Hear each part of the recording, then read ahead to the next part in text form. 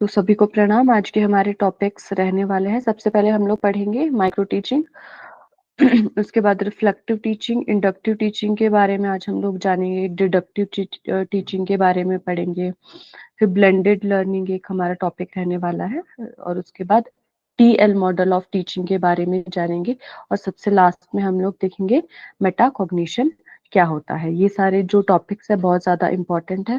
पिछले कुछ ईयर्स में इसे काफी क्वेश्चंस बन रहे हैं टीचिंग एप्टीट्यूड में, तो इन सारी चीजों को आप ध्यान से देखेंगे। ठीक है, तो हम लोग स्टार्ट करते हैं। तो सबसे पहले आता है हमारा माइक्रो टीचिंग। माइक्रो टीचिंग क्या होता है, इसमें इसकी ड्यूरेशन कितनी होती है, इसके स्टेप्स कौन से होते हैं, इसके बारे में हम लोग देखने वाले हैं। So micro teaching is a structured teaching training technique that focuses on developing specific teaching skills within a limited time frame. मतलब क्या है माइक्रो टीचिंग? एक संरचित शिक्षक प्रशिक्षण तकनीक है। मतलब ये टीचर ट्रेनिंग के लिए होता है। माइक्रो टीचिंग जो भी होता है, ये जब टीचर्स की ट्रेनिंग चल रही होती है, ये उस टाइम एक प्रोसेस होता है। ठीक है, जो एक सीमित समय सीमा के भीतर विशिष्ट शिक्षण कौशल विकसित करने पर केंद्रित है। मतलब क्या है, इसके लिए एक टाइम दिया गया है, लिमिटेड टाइम दिया गया है, उसके अंदर ही आपको ये सारी चीजें करनी है, माइक्रो टीचिंग की प्रोसेस कंप्लीट करनी है। अब इसके जो स्टेप्स है इसको आपको ध्यान में रखना है। तो सबसे पहला स्टेप क्या आता है इसमें? टीच, यानी पढ़ाना है। The teacher trainee delivers a short lesson, जो कि 5 से 10 मिनट का होगा, to a small group of students. मतलब जो पहले में क्या होगा, शिक्षक प्रशिक्षु छात्रों के एक छोटे समूह को एक छोटा सा लेसन प्रदान करते हैं, मतलब पाठ पढ़ाते हैं। ये सबक नहीं होगा, ये लेसन होगा। ठीक है, जिसकी ड्यूरेशन क्या रहती है? 5 से 10 मिनट। क्योंकि ये ट्रेनिंग के लिए होता है हमारे, इसलिए इसमें पूरी क्लासेस नहीं होती कि जैसे 1 घंटे की कोई क्लास हो गई, आपने ड्यूरेशन 1 से ज्यादा घंटे का रख लिया, ऐसा नहीं होता है।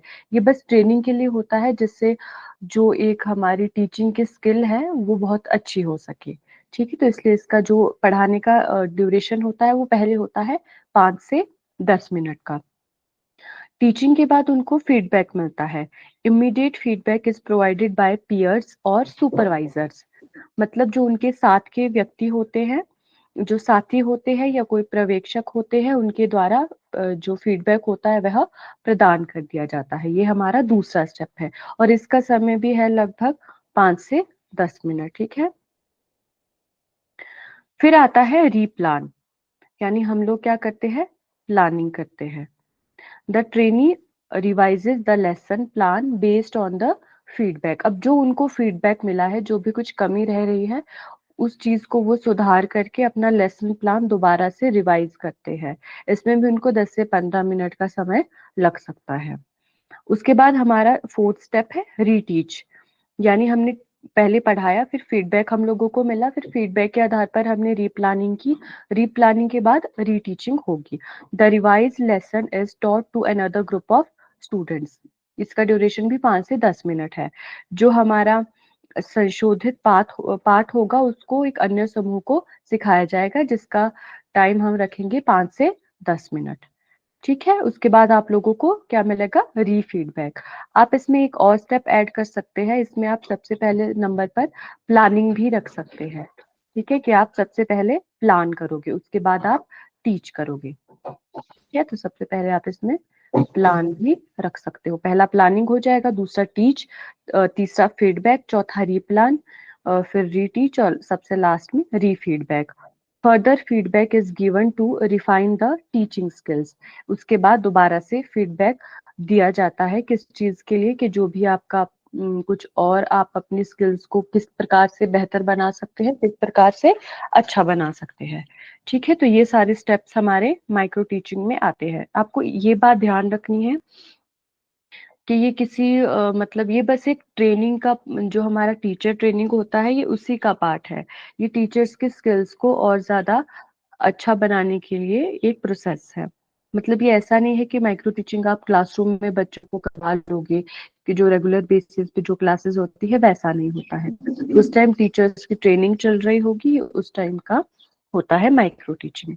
ठीक है, the entire cycle typically last around 35 to 40 minutes and can be repeated until the desired skill level is achieved। मतलब जो ये पूरा हमारा साइकिल चल रहा है, प्लान सबसे पहले, फिर टीच, फीडबैक, रीप्लान, रीटीच और रीफीडबैक, इसमें 35 से 40 मिनट तक लग सकते हैं पूरा सब कुछ मिला के, क्योंकि आपको 2 बार पढ़ाना है। आप सबसे पहले प्लानिंग करोगे, फिर जो आपने लेसन प्लान बनाया है फिर उसको पढ़ाओगे, फिर आपको फीडबैक मिलेगा, उसके बाद आप रीप्लानिंग करोगे क्योंकि आपको उसको मॉडिफाई करना होगा जो भी आपका लेसन प्लान होगा, उसके बाद रीटीच करोगे और आपको रीफीडबैक दिया जाएगा।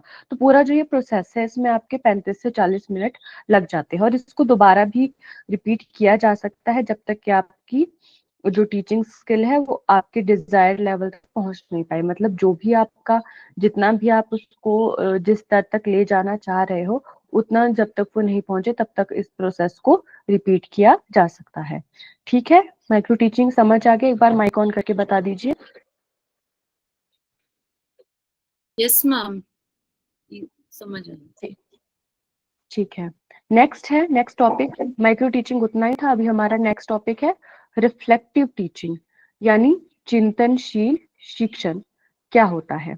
Reflective teaching is the process of analyzing and improving your teaching methods by observing, evaluating, planning adjustments, and implementing them for continuous growth and better student outcomes. It fosters adaptability and professional development. मतलब जो हमारा चिंतनशील शिक्षण होगा वो क्या होगा? निरंतर विकास और बेहतर छात्र परिणामों के लिए उन्हें देखने, मूल्यांकन करने, समायोजन की योजना बनाने और उन्हें लागू करने, अपने शिक्षण विधियों का विश्लेषण और सुधार करने की प्रक्रिया है। ठीक है, मतलब इसमें क्या होता है, जो रिफ्लेक्टिव टीचिंग होता है वो टीचर क्या करता है, खुद ही एनालाइज करता है कि वो जो टीचिंग मेथड, कौन सा वो टीचिंग मेथड उपयोग में ला रहा है क्लास में, उस चीज को वो खुद ही देखता है, अपने आप को खुद एनालाइज करता है रिफ्लेक्टिव टीचिंग में। ठीक है, फिर वो अपने टीचिंग मेथड को सबसे पहले क्या करता है, ऑब्जर्व करेगा, फिर इवेलुएट करेगा कि इसमें कुछ कमी तो नहीं रह गई, या क्या इसमें अच्छा था, क्या इसमें अच्छा नहीं था, मैं इसको और कैसे बेहतर बना सकता हूँ, और उसके लिए वो प्लानिंग करेगा और उस चीज को इम्प्लीमेंट करेगा। ठीक है, ये सारी चीजें किस लिए की जाती है? अपनी कॉन्टिन्यूअस ग्रोथ के लिए, अपने और स्टूडेंट्स की, और बेटर स्टूडेंट्स आउटकम के लिए। मतलब कि जिससे आपकी खुद की भी अच्छी ग्रोथ हो, आप बच्चों को भी और अच्छे से करवा पाए, जो आपके लर्नर्स हैं उनको जो चीजें हैं वो कम से कम समय में आप बहुत अच्छे तरीके से समझा पाए, कि इसीलिए हमारा रिफ्लेक्टिव टीचिंग इसको बोला गया है। ठीक है, आप एनालाइज करते हो और इम्प्रूव करते हो। ठीक, और क्या है, यह अनुकूलनशीलता और पेशेवर विकास को बढ़ावा देता है, मतलब अडेप्टेबिलिटी को फोस्टर करता है और प्रोफेशनल डेवलपमेंट करता है। ये हमारा हो गया रिफ्लेक्टिव टीचिंग। होता किस लिए है कि आप अपने जो भी आपने पूरा लेसन प्लान बनाया है, किस तरह से आपने आपका लेक्चर डिलीवर किया है, उस चीज को आप खुद ऑब्जर्व करते हो, इसमें कोई दूसरा नहीं होता है। ठीक है, एज अ टीचर आपको खुद ही ये चीजें एनालाइज करनी होती है, फिर उसके हिसाब से आपको प्लानिंग बनानी होती है इम्प्रूवमेंट के लिए। ठीक है, और फिर आप उस चीज को अपनी क्लास में, अगले क्लास में अप्लाई करते हो। इससे क्या होता है, दोनों की ग्रोथ होती है, टीचर की भी होती है, स्टूडेंट की भी होती है। ये इसलिए भी जरूरी होता है ग्रोथ के साथ साथ कि जो भी आपके स्टूडेंट्स हैं उनको आप, आपका जो भी आपका मटेरियल है, जो भी आपको उनको लेसन कवर कराना है, वो आप अच्छे से करवा पाओ, कि जो भी पिछले हमारे लेक्चर में जो भी कमियां रह रही थी उन चीजों को हमें दूर करना है, इसलिए हमारा रिफ्लेक्टिव टीचिंग होता है। लेकिन इसमें कोई दूसरा नहीं होता है इवेलुएट करने वाला, टीचर को अपने आप ही अपने खुद को इवेलुएट करना होता है और इम्प्रूव करना होता है। ठीक है, रिफ्लेक्टिव टीचिंग क्लियर हो गया?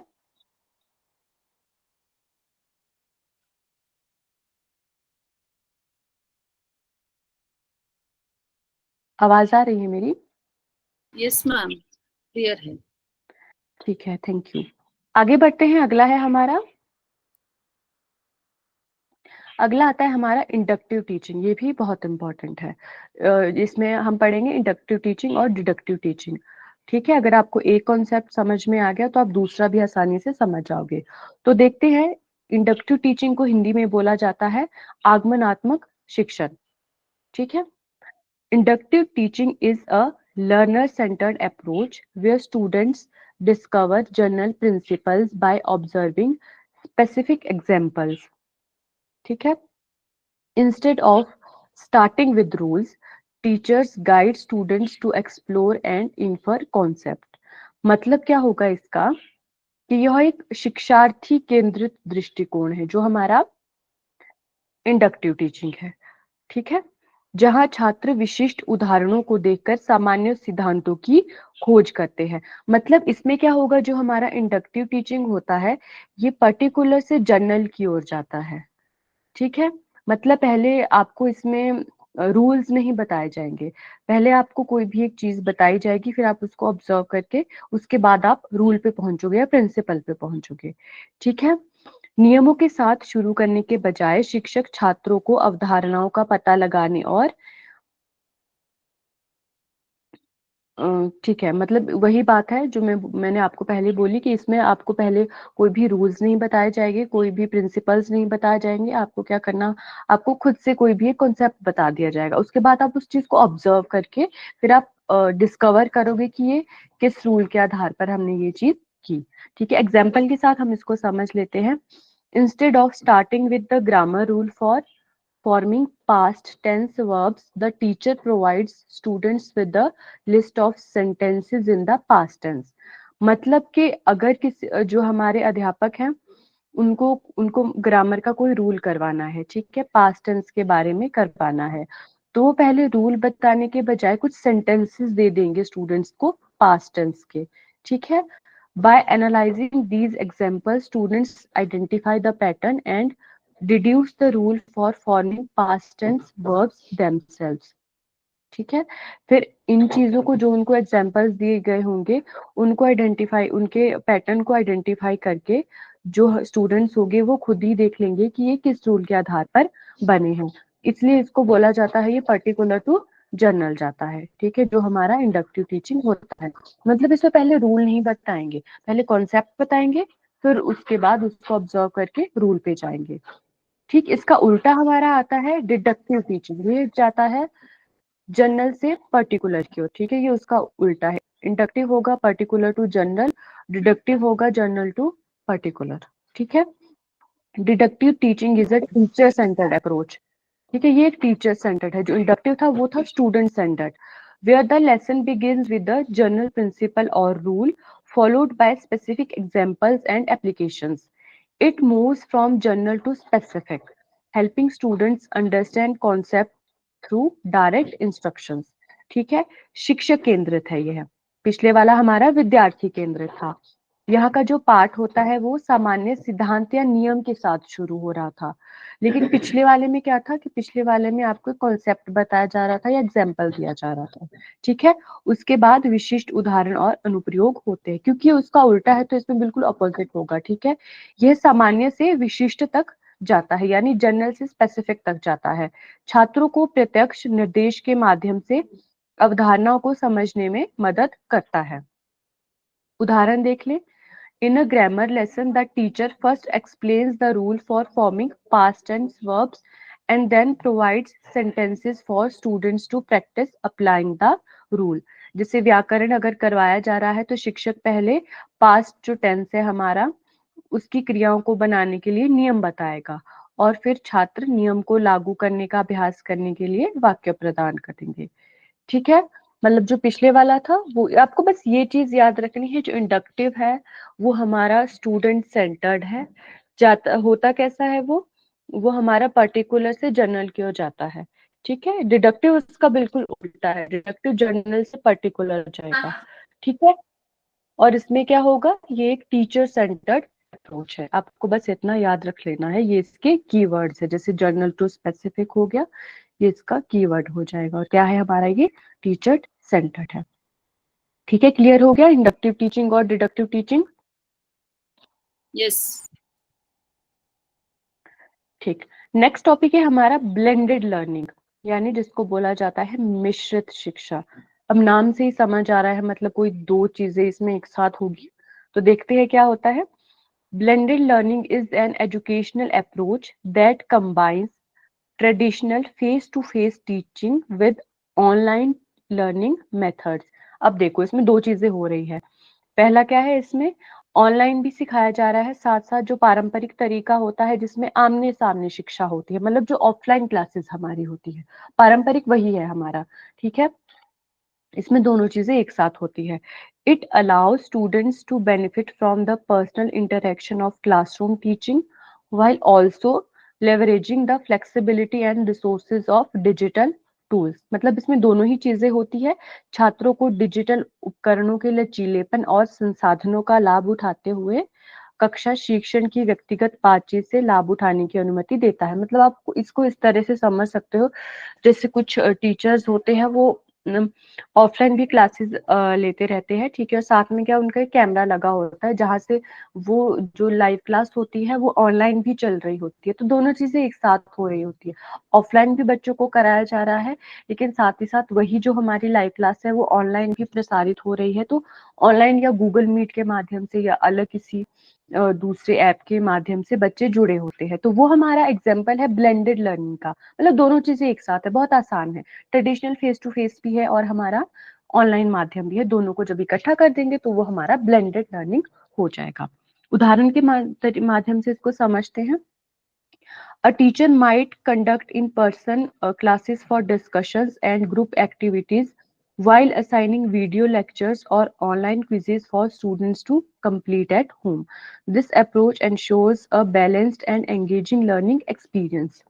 मतलब कि एक जो शिक्षक है वो छात्रों को घर पर पूरा करने के लिए वीडियो लेक्चर या ऑनलाइन क्विज को असाइन कर सकता है, कि मान लो अगर आपको कोई चीजें देनी है बच्चों को, आपने उनको वीडियो लेक्चर दे दिया और फिर आपको उनको ऑनलाइन क्विज़ेज़ के माध्यम से आप उनका इवैल्यूएशन भी कर सकते हो। और साथ ही साथ क्या होगा, चर्चा और समूह गतिविधियों के लिए इन पर्सन कक्षाओं का संचालन कर सकता है, मतलब ऑफलाइन क्लासेस ले सकता है होगी उसके लिए। यह दृष्टिकोण एक संतुलित और आकर्षक सीखने दोनों माध्यम से सीख रहे हैं। ठीक है, जो पहले वाला मैंने एग्जांपल दिया था कि दोनों एक साथ चल रहे हैं, वो भी इसका उदाहरण हो सकता है और ये भी हो सकता है। क्लासरूम में क्या हो गया, डिस्कशन कर लिया, ग्रुप एक्टिविटीज कर ली, लेकिन उनको मतलब घर के लिए क्या काम करने के लिए दे दिया कि आप उनको ऑनलाइन क्विजेज आप उनको दे सकते हो, या कोई आपने उनको वीडियो लेक्चर देखने के लिए दे दिया। ठीक है, तो ये हमारा उदाहरण हो जाएगा ब्लेंडेड लर्निंग का। ठीक है, क्लियर है ये वाली स्लाइड? Yes ma'am. ठीक है, नेक्स्ट है हमारा अगला टॉपिक है टीएल मॉडल ऑफ टीचिंग। ठीक है, बहुत इजी है। The TL model of teaching shows how teachers and students interact during a lesson. ठीक है, टीएल मॉडल में क्या होता है हमारा, कि शिक्षक और छात्र एक पाठ के दौरान किस प्रकार से बातचीत करते हैं। ठीक है, teaching is triadic in nature, meaning it involves three core elements. मतलब ये त्रैमासिक है जिसमें तीन मुख्य तत्व शामिल है, मतलब जो मेन चीजें होती है। वैसे तो और भी बहुत सारी चीजें इसमें आती है, लेकिन जो मेन चीजें क्या होती है, कोर एलिमेंट्स जो हमारे हैं वो क्या क्या है। पहला टीचर है, अध्यापक है जो कराएगा। ठीक है, दूसरा आता है स्टूडेंट, जो लर्नर है, सीखने वाला है, जिसको कोई भी प्रैक्टिस करवाई जाएगी। ठीक है, और सबसे लास्ट में आता है सब्जेक्ट मैटर, यानी विषय वस्तु के उनको चीजें क्या करवानी है स्टूडेंट्स को। ठीक है, तो बहुत इजी है, छोटा सा है कि जो इसमें यही चीजें दिखाई जाती है कि क्लास जो हमारी क्लास चल रही है उसके दौरान इंटरेक्शन कैसी होती है टीचर और स्टूडेंट्स की। और इसमें क्या है, जो एक हमारी टीचिंग होती है उसके तीन कोर एलिमेंट्स है। ठीक है, कोर एलिमेंट्स मतलब मुख्य जो तत्व होते हैं। और भी चीजें इसमें होती है, जैसे हमारा एनवायरनमेंट भी आ सकता है, लेकिन जो मुख्य होंगे वो तीन ही होंगे, जिसमें टीचर, स्टूडेंट और सब्जेक्ट मैटर हमारा आएगा। ठीक है, तो ये बहुत इजी था टीएल मॉडल ऑफ टीचिंग। अगला हमारा टॉपिक है मेटाकॉग्निशन, बहुत इंपॉर्टेंट है, इससे भी क्वेश्चंस बनते हैं टीचिंग एप्टीट्यूड में। ठीक है, तो मेटाकॉग्निशन क्या होता है, it means thinking about thinking. ये कीवर्ड है, इसको याद रख लेना मेटाकॉग्निशन के लिए। ठीक है, and involve planning, monitoring and evaluating one's learning. मतलब इसका अर्थ क्या है, सोच के बारे में सोचना, और इसमें किसी के सीखने की योजना, निगरानी और मूल्यांकन करना शामिल है। ठीक है, सोचना मतलब जो आप खुद सोच रहे हो उसी के बारे में आपको सोचना। अब इसको आगे और अच्छे से समझते हैं, इसमें कंपोनेंट्स क्या-क्या होते हैं। Includes metacognitive knowledge. Metacognitive knowledge क्या होता है? Understanding one's learning abilities and metacognitive regulation. Metacognitive regulation होता है adjusting strategies to improve learning. ठीक है, मेटाकॉग्निटिव नॉलेज हो जाएगा कि किसी की जो सीखने की क्षमता है वो कितनी है, ये हमको समझना है। ठीक है, और मेटाकॉग्निटिव रेगुलेशन क्या है? उस चीज को, उनकी लर्निंग को सुधार करने के लिए आप किस प्रकार की स्ट्रेटजीज बना रहे हो। ठीक है, तो ये भी आपको याद रख लेना है। दो कंपोनेंट्स, मेटाकॉग्निटिव नॉलेज और मेटाकॉग्निटिव रेगुलेशन। ठीक है, जैसे यहाँ पे भी हिंदी में है, इसके घटक कौन से हैं? दो है। पहला है किसी की सीखने की क्षमताओं को समझने के, कौन प्रकार से सीखता है, मतलब किस चीज से सीखता है या कौन सी तरीके से ज्यादा जल्दी सीखता है, ये सारी चीजें इसमें आ जाएगी मेटाकॉग्निटिव नॉलेज में। और मेटाकॉग्निटिव रेगुलेशन में क्या आएगा? सीखने में सुधार के लिए रणनीतियों को समायोजित करना, मतलब कि उनकी लर्निंग बहुत अच्छे से हो सके, बहुत अच्छे तरीके से हो सके, उसको इम्प्रूव करने के लिए हमारी जो रणनीतियां हैं उनको बनाना। ठीक, इस बेनिफिट क्या होते हैं मेटाकॉग्निशन के?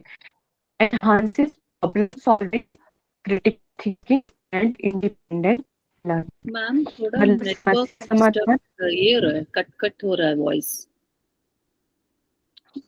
अच्छा, एक मिनट।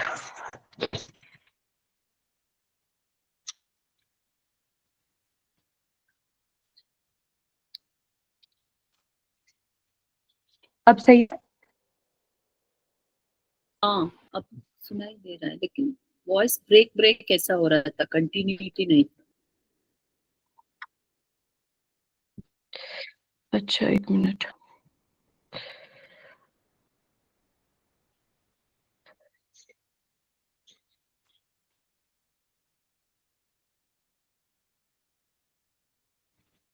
अभी कंटिन्यू कीजिए।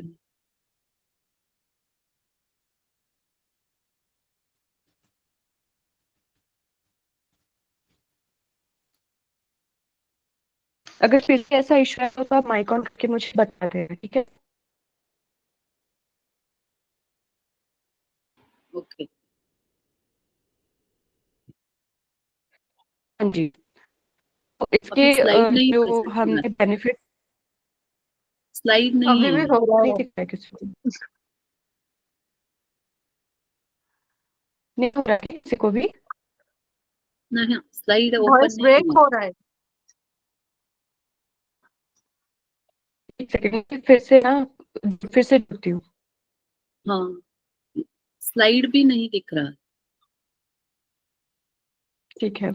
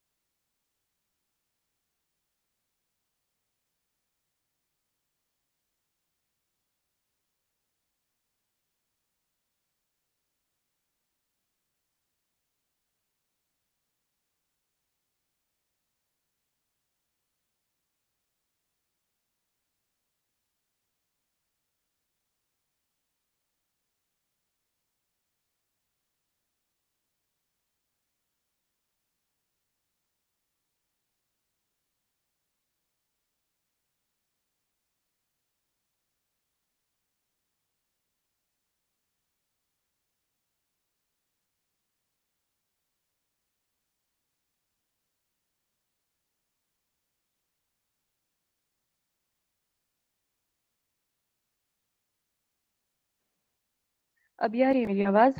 हाँ, yes ma'am, yes. Slide slide अभी शेयर। ठीक है। हाँ, मैंने स्क्रीन शेयर नहीं किया है, एक मिनट।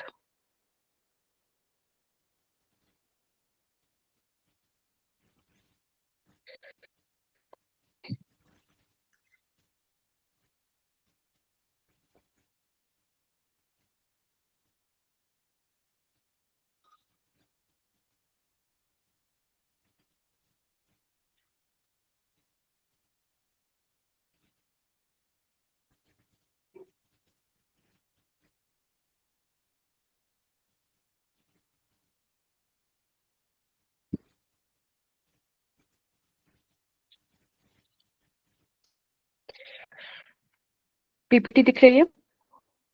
नहीं मैम, अभी ओपन होना है, नहीं हुआ।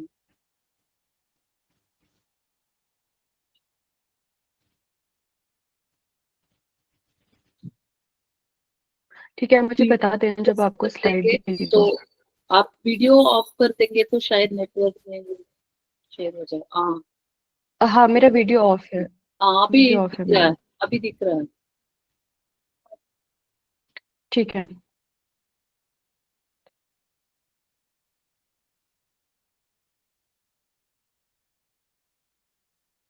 ठीक है। मेटाकोग्निशन हम लोग देख रहे थे, तो इसके बेनिफिट्स क्या क्या है, मतलब इसके लाभ क्या क्या है? Problem solving, critical thinking and independent learning को एनहांस करता है। ठीक है, लाभ मतलब समस्या समाधान, महत्वपूर्ण सोच और स्वतंत्र सीखने को बढ़ाता है। क्योंकि जब हम अपनी जो भी हमारी लर्निंग हो रही है उसके बारे में, अपनी सोच के बारे में ही और ज्यादा सोचते रहेंगे, मतलब उस चीज को हम क्या कर रहे हैं, एनालाइज कर रहे हैं, तो इससे क्या होगा, हमारी प्रॉब्लम सॉल्विंग जो एबिलिटी है वो बढ़ेगी, क्रिटिकल थिंकिंग बढ़ेगी और इंडिपेंडेंट लर्निंग बढ़ेगी। ठीक है। टीचिंग स्ट्रेटजीज में क्या क्या आ जाएगा? Like self reflection, goal setting and encouraging students to evaluate their progress। Metacognition की टीचिंग स्ट्रेटजीज। ठीक है, यानी इसमें कौन कौन सी शिक्षण रणनीतियां हमारी होगी? आत्म प्रतिबिंब, लक्ष्य निर्धारण और छात्रों को उनकी प्रगति का मूल्यांकन करने के लिए प्रोत्साहित करना। ठीक है, उदाहरण क्या हो सकता है मेटाकॉग्निशन का? A student identifies there weak areas in maths, applies new strategies and reflects on their improvement। ठीक है, कि कोई जो छात्र है वो गणित में कमजोर है, तो उस चीज के जहाँ जिस मतलब क्षेत्र में वो कमजोर है, उस चीज का वो मूल्यांकन करता है, वो इसी वजह से कर पा रहा है, मतलब थिंकिंग अबाउट थिंकिंग, मतलब उसको कहाँ कमी रह रही है, वो अपने बारे में खुद ही इवेल्युएशन कर रहा है। ठीक है। फिर नई स्ट्रेटजीज को वो अपनाता है, नई रणनीतियों को अपनाता है और उसके सुधार पर प्रतिबिंब करता है, मतलब वो उस चीज में सुधार लेकर आता है। ठीक है। अभी हमने जितना पढ़ा है अभी तक, आपको समझ आ गया है?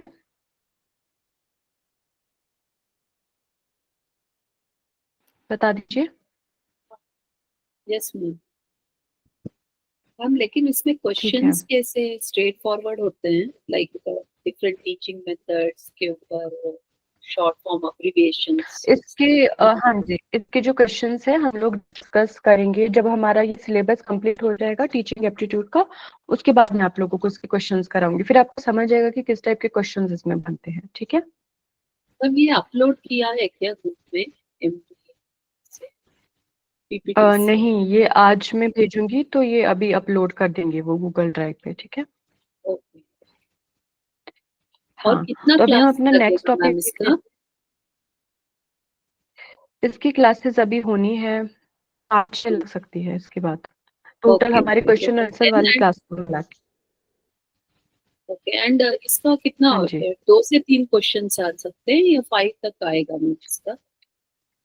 नहीं, इससे 5 क्वेश्चन आते हैं, 5 क्वेश्चन, ओके। क्योंकि जो आपका, हाँ, जो आपका फर्स्ट पेपर है उसमें 10 यूनिट्स है, तो ये जो हमारे यूनिट है उससे 5 5 क्वेश्चन बनते हैं सभी से। ठीक है। ओ ओके ओके। ठीक है, तो हम लोग अगला टॉपिक स्टार्ट करते हैं। आज हम पढ़ेंगे फैक्टर्स अफेक्टिव टीचिंग, कि टीचिंग को प्रभावित करने वाले कारक कौन से होते हैं। ठीक है, ये बहुत इजी सा टॉपिक है, बहुत ज्यादा टफ इसमें कुछ नहीं है, जनरल बातें इसमें कही गई है।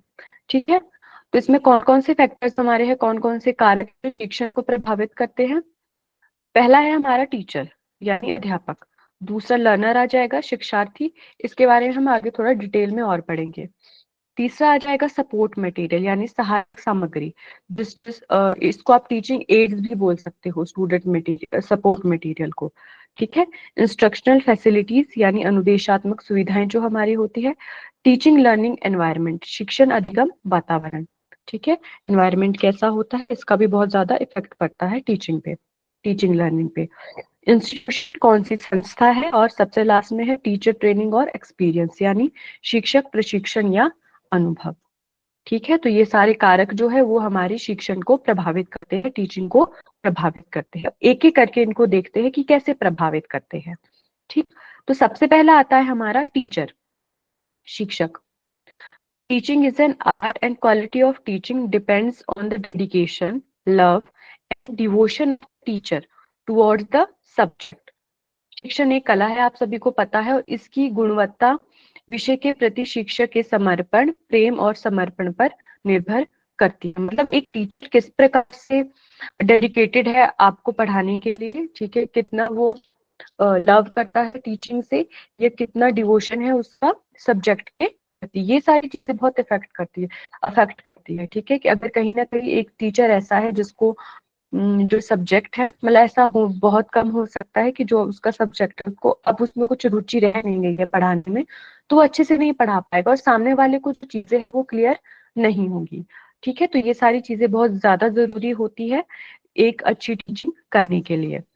Teachers' lack of confidence due to poor conceptual clarity may severely affect teaching.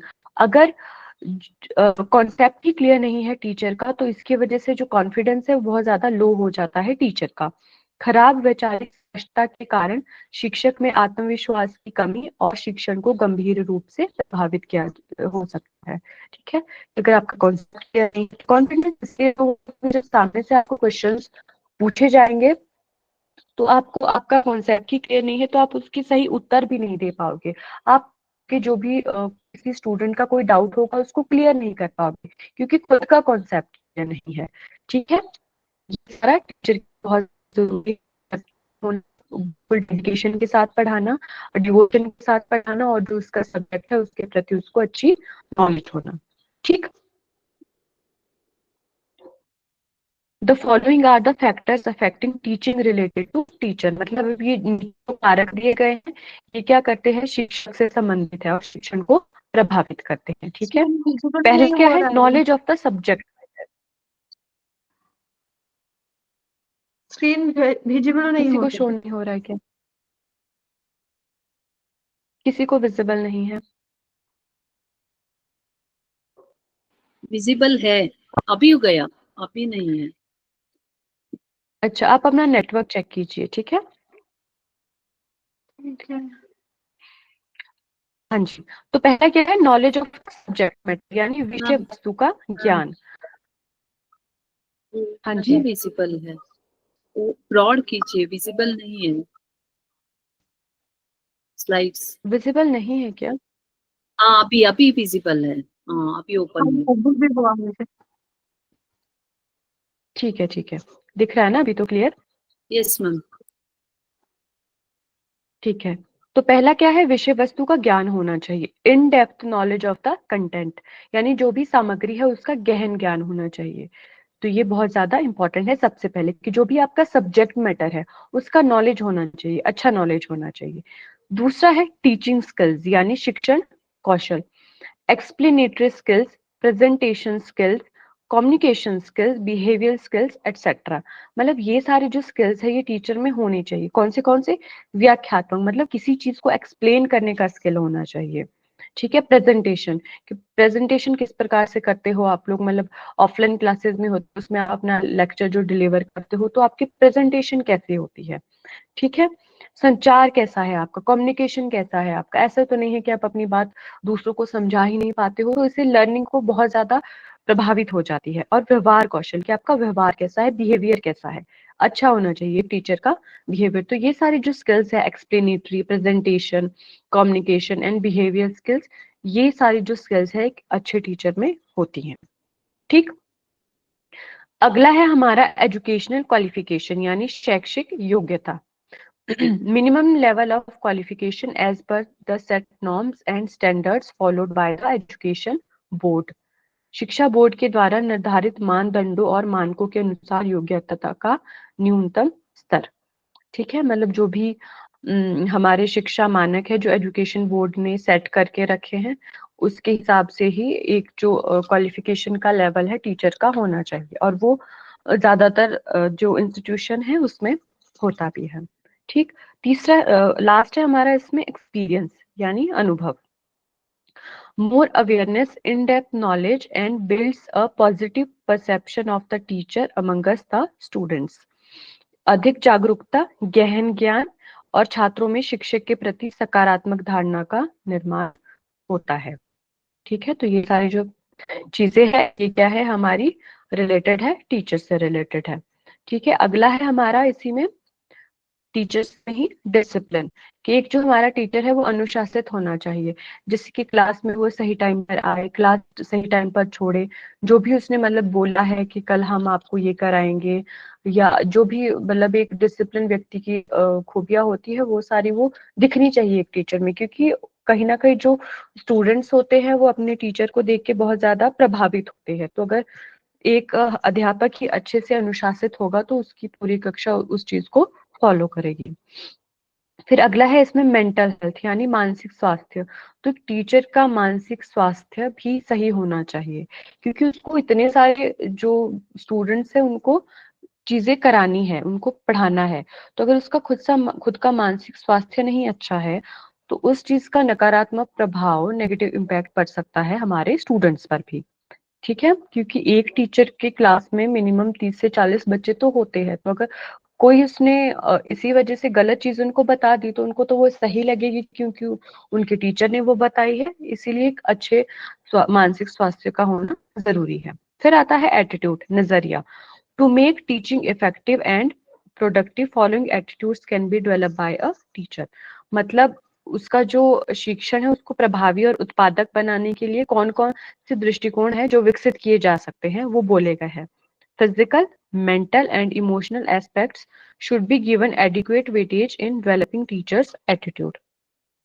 ठीक है, शिक्षक के दृष्टिकोण को विकसित करने में शारीरिक, मानसिक और भावनात्मक पहलू को पर्याप्त महत्व दिया जाना चाहिए। उदाहरण इसका बीएड दिया गया है। जो हमारा बीएड होता है ये टीचर ट्रेनिंग कह सकते हैं, टीचर ट्रेनिंग होती है बीएड में। इसमें हर चीज बताई जाती है कि किस प्रकार से आपको टीचिंग करनी है, या जो जो आप में चीजें होनी चाहिए, जो आपको चीजें नहीं करनी है, वो सारी चीजें हमारी बीएड में आ जाती है। ठीक है, तो ये टीचर्स के लिए कंपल्सरी होता है बीएड करना, उसके बाद ही वो आगे पढ़ा सकते हैं। ठीक, इसके इसके प्रीवियस स्लाइड हाँ में जी, वो टीचर का नॉलेज था ना? प्रीवियस स्लाइड में ये था knowledge of the subject, teaching skills, educational qualifications था और एक्सपीरियंस था। ठीक है, कोई क्वेश्चन है आपका इसमें से? वो अच्छा, ठीक है, ठीक। आगे बढ़ूं, क्लियर है? हाँ। ठीक है, तो दूसरा आता है हमारा लर्नर यानी शिक्षार्थी। तो इसका सबसे पहला क्या है, मोटिवेशन यानी प्रेरणा, पॉजिटिव एंड इंथ्यूजियास्टिक, सकारात्मक और उत्साहित। मतलब जो एक जो हमारा स्टूडेंट है पॉजिटिव भी होना चाहिए और उत्साही भी होना चाहिए। मतलब उसका जो दृष्टिकोण है वो नेगेटिव नहीं होना चाहिए किसी भी चीज को लेकर।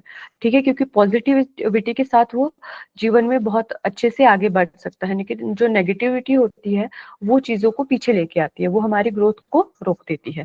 तो इसलिए पॉजिटिव होना चाहिए और इंथुजियास्टिक होना चाहिए। फिर आता है इंटेलिजेंस यानी बुद्धिमत्ता। Understand any concept, basic needs to be clear which is expected from the students. किसी भी अवधारणा को समझने के लिए मूल बातें स्पष्ट होनी चाहिए जो छात्रों से अपेक्षित है। मतलब अगर आप टीचिंग एप्टीट्यूड पढ़ रहे हो तो कुछ बेसिक जो चीजें हैं वो आपको पता होनी चाहिए, मतलब इतना तो एक्सपेक्ट कर ही सकते हैं।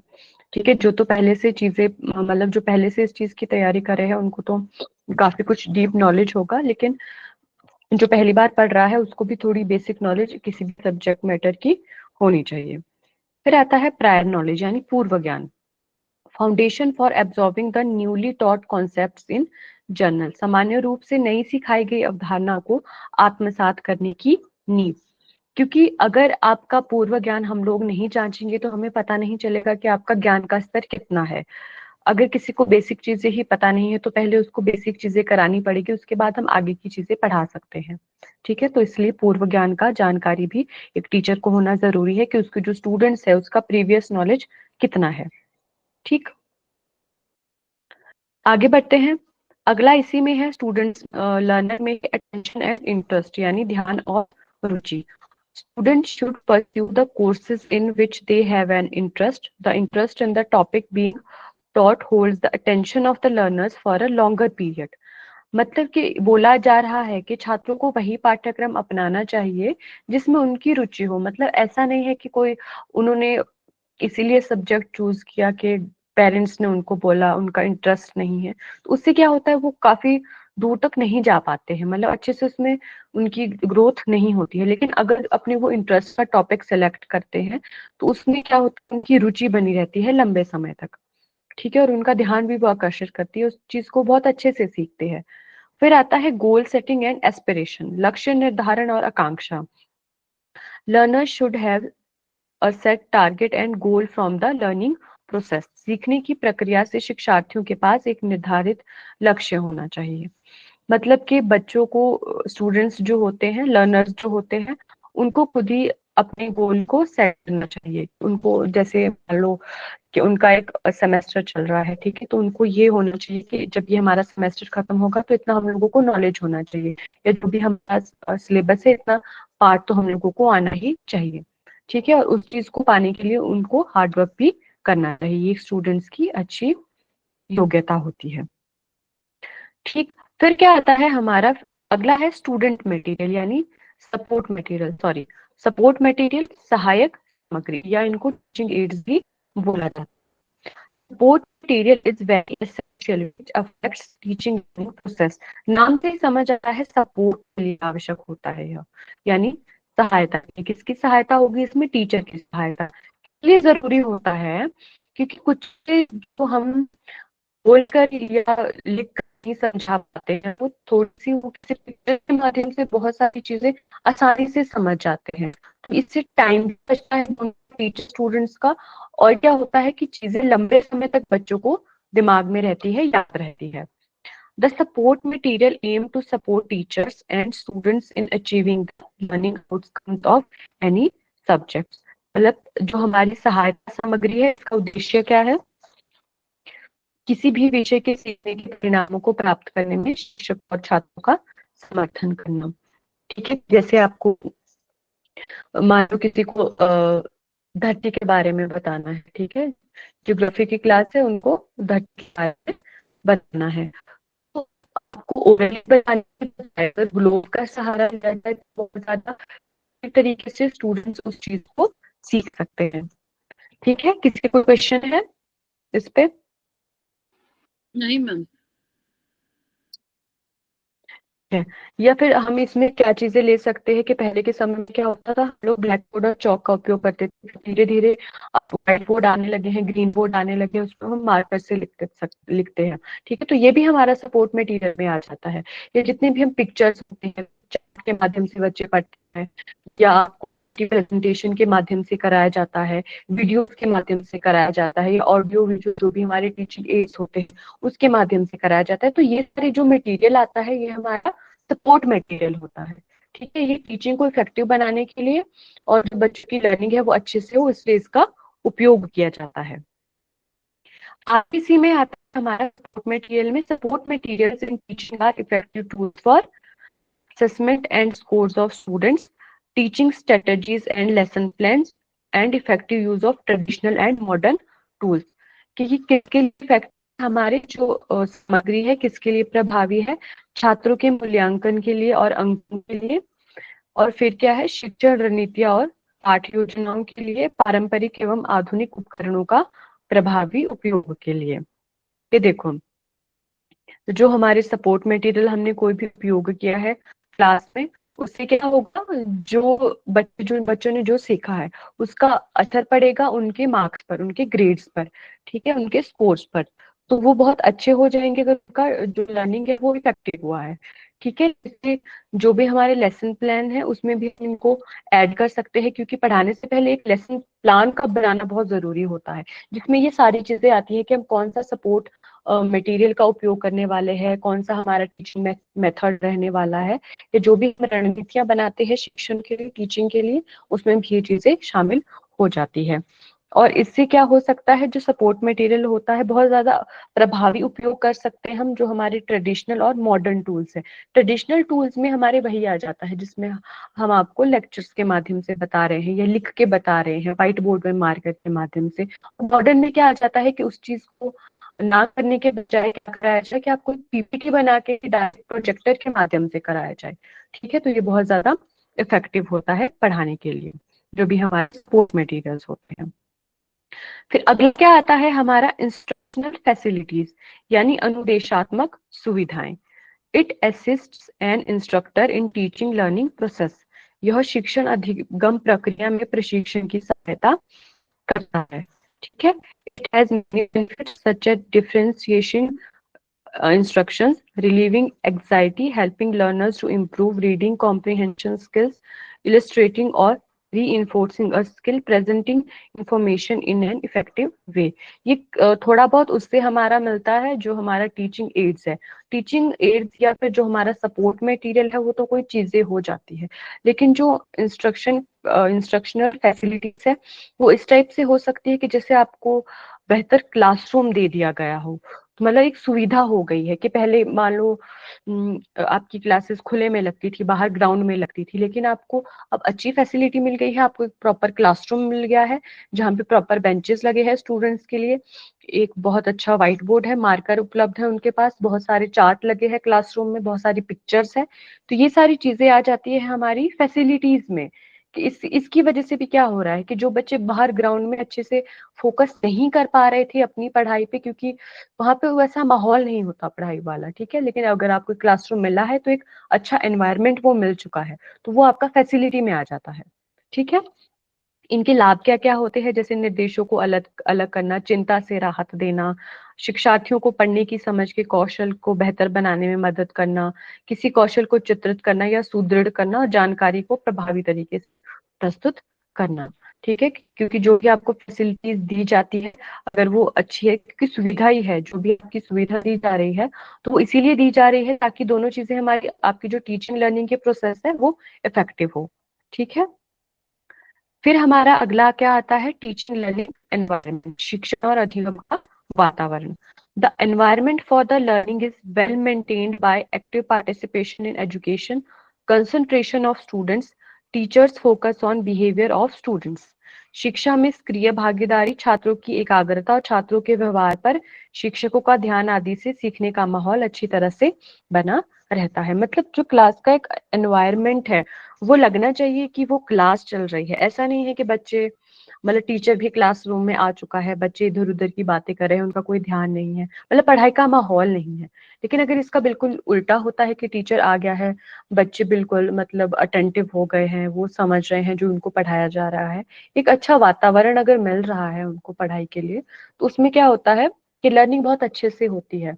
बजाय उसके कि इसका उल्टा आपको मिल जाए कि आपका माहौल ही नहीं है बिल्कुल पढ़ाई का, तो आप पढ़ाई नहीं कर पाते हो, आपकी लर्निंग नहीं हो पाती और टीचिंग भी अच्छे से नहीं हो पाती है।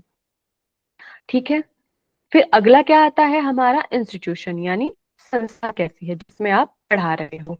सबसे पहले है टीचर स्टूडेंट रेशियो, शिक्षक और छात्र का अनुपात, मतलब कि एक टीचर के अंदर कितने बच्चे होने चाहिए, मतलब एक के लिए 30 बच्चे काफी होते हैं एक टीचर के अंदर। अगर एक टीचर को 100-150 बच्चे आप ऑफलाइन क्लास में दे दो तो बिल्कुल ऐसे हुड़दंग मच जाएगा, ना ही टीचर अच्छे से करा पाएगा, ना ही सारे बच्चे अच्छे से समझ पाएंगे। तो टीचर और स्टूडेंट के रेशियो को मेंटेन रखना। ठीक है, फिर दूसरा आता है इंफ्रास्ट्रक्चर, यानी आधारभूत संरचना कैसी होती है। Should be supportive of the educational learning of the learners in general, मतलब सामान्य रूप से शिक्षार्थियों की शैक्षिक शिक्षा में सहायक होना चाहिए। जो भी इंफ्रास्ट्रक्चर है इंस्टीट्यूशन का वो कैसा होना चाहिए, सपोर्टिव होना चाहिए। ठीक, फिर आता है मैनेजमेंट, यानी उधर का मैनेजमेंट कैसा है, प्रबंध कैसा है। Classes should be well maintained so that the educational knowledge delivery is not hampered, यानी जो कक्षाएं हैं उनको अच्छी तरह से बनाए रखना चाहिए जिससे शैक्षिक ज्ञान वितरण में बाधा ना आए। मतलब मैनेजमेंट अच्छे से होना चाहिए। अब एक जो क्लास है, मान लो 6 क्लास है, उसको एक क्लासरूम दे दिया गया है, तो ऐसा नहीं है कि उनको वहां से बाहर निकाल के फिर आपके पास जगह ही नहीं है तो आप दूसरी क्लास लगा रहे हो, फिर उनको बाहर निकाल के तीसरी क्लास लगा रहे हो। ठीक है इससे क्या होता है, ये प्रॉपर मैनेजमेंट ना होने की वजह से इसमें पढ़ाई में हमारी बाधा आती है। लेकिन अगर हर एक क्लास को सेपरेट क्लासरूम मिल रहा है, अच्छे से उनको हर चीजें मिल रही है, पूरा उनका मैनेजमेंट अच्छा है, उनका टाइम टेबल अच्छा है हर चीज का, तो और भी चीजें मतलब एग्जाम का उनका टाइम बहुत सही है कि इतने टाइम पीरियड के बाद हम लोगों को इनका एग्जाम लेने हैं या इनके टेस्ट लेने हैं, ये सारा मैनेजमेंट का है। ये अगर बहुत सही से हो रहा है तो क्या होगा, हमारा टीचिंग लर्निंग इफेक्टिव होगा। और इसी से आगे है हमारा इंस्टीट्यूशन में फिजिकल एंड मटेरियल सोर्सेज, भौतिक स्रोत, proper provision for the inclusion of relevant material in the classes and also appropriate and necessary technologies should be used for conducted the classes for better understanding। मतलब ये सारी जो चीजें हैं ये एक इंस्टीट्यूशन के द्वारा ही प्रदान की जाती हैं। जितने भी आपके सपोर्ट मटेरियल होते हैं, जो भी इंस्ट्रक्शनल फैसिलिटीज होती है, वो एक संस्था के द्वारा प्रदान की जाती है, जिस स्कूल में आप पढ़ाते हो, जिस कॉलेज में, यूनिवर्सिटी में आप पढ़ाते हो। ठीक। कक्षाओं में प्रासंगिक सामग्री को शामिल करने के लिए उचित प्रावधान और बेहतर समझ के लिए कक्षाओं के संचालन के लिए उचित और आवश्यक तकनीक का उपयोग किया जाना चाहिए।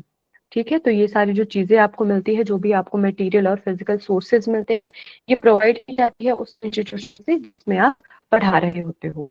ठीक है, ये उनकी जिम्मेदारी भी बनती है। लास्ट इसमें है टीचर ट्रेनिंग और एक्सपीरियंस, शिक्षक प्रशिक्षण या अनुभव। Teacher training is a continuous process that enhances teachers training skills, master new knowledge, develop proficiency, which will help to improve students' learning. Training will help the teacher to understand various domains of learner and plan lesson and teacher accordingly। ठीक है, मतलब जो शिक्षक प्रशिक्षण, जो हमारी teaching training है, वो एक प्रक्रिया है, कॉन्टिन्यूअस प्रोसेस है, वो चलती रहती है। ठीक है, एक तो आपने मान लिया कर लिया 2 साल का आपने बीएड कर लिया है, वो आपका एक ट्रेनिंग हो गया, लेकिन साथ साथ में जैसे आप पढ़ाते रहते हो तो वो भी आपकी, क्योंकि नई नई चीजें इसमें आती रहती है टीचिंग में, तो अगर आप साथ साथ भी उस चीज को सीखते रहते हो तो वो भी एक प्रकार से टीचर ट्रेनिंग ही होती है। ठीक है, किस लिए आवश्यक है? जो शिक्षक के शिक्षण कौशल को बढ़ाती है, नए ज्ञान में महारत हासिल करती है, दक्षता विकसित करती है, जो छात्रों को सीखने को बेहतर बनाने में मदद करती है। प्रशिक्षण से शिक्षक को शिक्षार्थी के विभिन्न क्षेत्रों को समझने और उसके अनुसार पाठ और शिक्षा की योजना बनाने में मदद मिलती है। ठीक है, मतलब जो भी अगर टीचर ट्रेनिंग है जो अच्छे से वो हो गई है, मतलब टीचर ने अपनी ट्रेनिंग अच्छे से कर ली है, लेकिन साथ में वो नई नई चीजों को भी सीखता रहता है, तो नई नई चीजें पढ़ाने में आती रहती है, वो उसको भी सीखता है और उसका एक्सपीरियंस भी बहुत अच्छा हो गया है पढ़ाने में, तो वो बच्चों को बहुत अच्छे से पढ़ा पाएगा, बहुत अच्छी नॉलेज बच्चों को दे पाएगा एक टीचर। ठीक है, तो ये हमारा था इंस्ट्रक्शनल, जो भी हमारे क्या कहते हैं इंस्टीट्यूशन से रिलेटेड था, और लास्ट में हमने क्या पढ़ा, टीचर ट्रेनिंग और एक्सपीरियंस। ठीक है, इतना समझ आ गया। हमने 2 टॉपिक कंप्लीट किए हैं।